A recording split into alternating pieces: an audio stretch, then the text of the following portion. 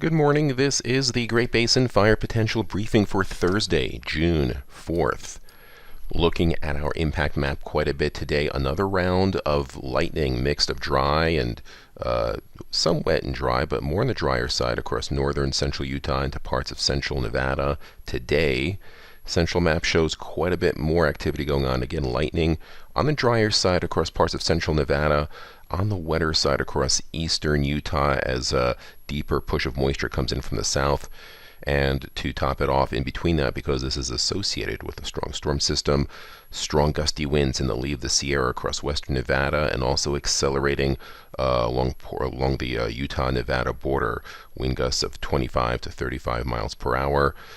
On Saturday, things quiet down for most areas, but it'll be a windy day with higher humidity in most areas, but the most threat of anything going on is in the extreme south, where humidity levels not quite critical, but in the mid to upper teens, but wind gusts could be well over 40 miles per hour, and that's where our driest fuels are. So we still could have some concerns in the far south on Saturday.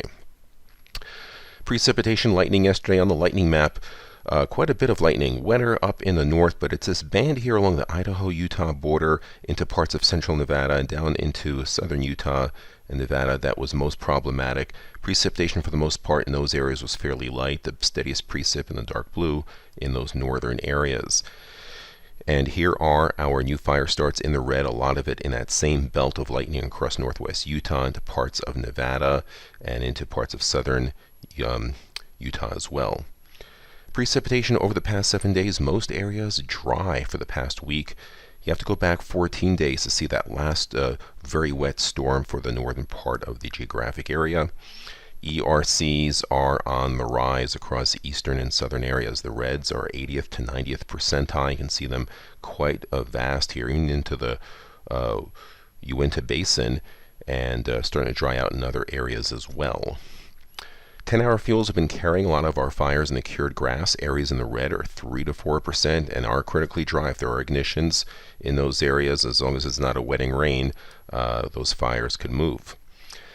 Satellite imagery shows a cut-off low-pressure system across the California coast. That's going to start pulling in some moisture. You see some bands of it here across Utah and central Nevada, another front coming through, and this is where we could see some lightning developing later this afternoon.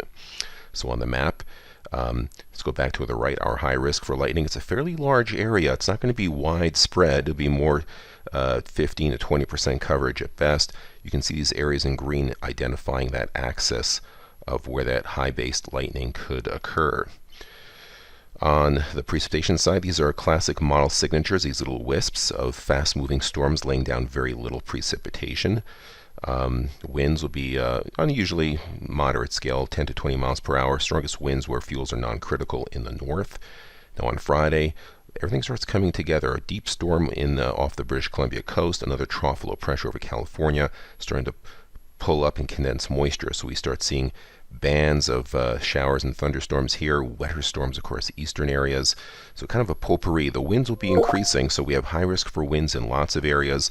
The driest lightning strikes in an axis here across central Nevada that we'll have to watch because that'll coincide with the wind. You can see those winds here on the left-hand side. It's those enhanced orange and purple areas. On the right-hand side, again, these are dry lightning signatures we're seeing here, fast-moving storms.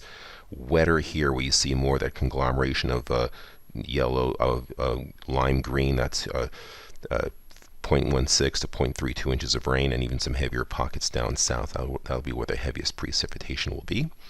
Saturday, again, deep moisture here across parts of Nevada and Utah. Not so much all the way down to the south, but strong belt of winds through here. The dry air is just south of us. You see our PSAs modifying here.